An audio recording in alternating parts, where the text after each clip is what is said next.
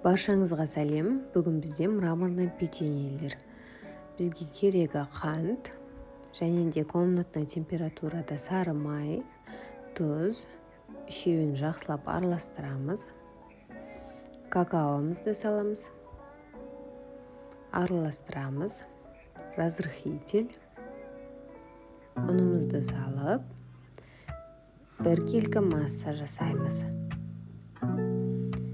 Енді 2 жұмыртқамызды саламыз. Тағы да жақсылап араластырып аламыз. Болғаннан соң 1 сағатқа морозильникке салып қоямыз. 1 сағат өтті. Енді қасықпен осылай кішкенелеп алып, қолымызға думалатып аламыз. Үлкендігі жаңғақ секілді болады. Осылай думалатып, сахарны пудраға аунатып аламыз. Барлығын осылай дайындап шығамыз. Дайын болған печеньелерімізді 180 градуста 15-20 минут пісіреміз. Осындай әдемі болып шықты. Міндетті түрде жасап көріңіз, ұнап жатса тіркеліп кетіңіз.